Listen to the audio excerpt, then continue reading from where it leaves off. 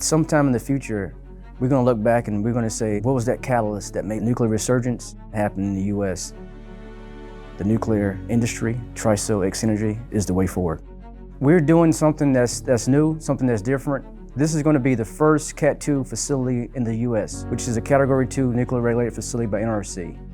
The significance of the new TRISO X fuel fabrication facility is that it allows XE and the XE family, including TRISO X, to have a reliable source of fuel going forward for the XE100 reactors. There is no current fuel supply chain for TRISO fuel in the United States. Our parent company, X-Energy, is building a small modular reactor. That small modular reactor can provide a baseload power to a lot of different industries. How can it work? You gotta have something behind it to make it work. Behind it is that fuel. We're providing the fuel source. And before we can have a fuel source, we have to have a manufacturing facility to develop that fuel source.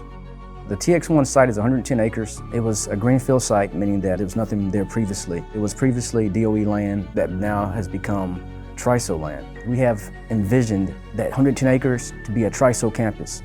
That campus is going to be a major hub going forward for nuclear fuel forms. Unlike many sites, our site is a fatty clay material site. So you have to make that site to become more improved and more dense to put large structures on top of.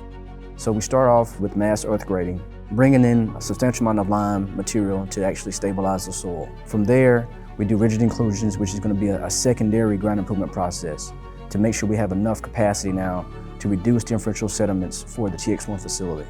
Once you get past that portion, you have to do a lot of utility infrastructure, which are going to be your domestic water piping, your stormwater drainage, your sewage piping.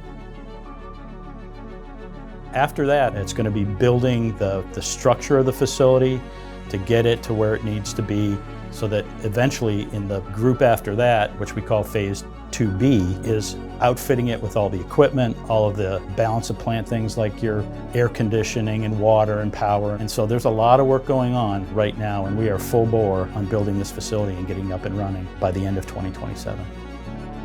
I would put my daughter, I would put my son in one of these facilities, because I know that we've taken the right steps to make sure that everything is designed correctly, we have the right controls in place, we've got the right training for our people, and that we're actually doing the right oversight to make sure it's as safe as it can be as we move forward. I think in 20 years, we're also going to look back and say, you know, this was the game changer. This was the thing that made it possible for a small modular reactor to be fueled, to be put online in a safe and compliant manner to basically feed the grids and provide clean energy for communities for years to come.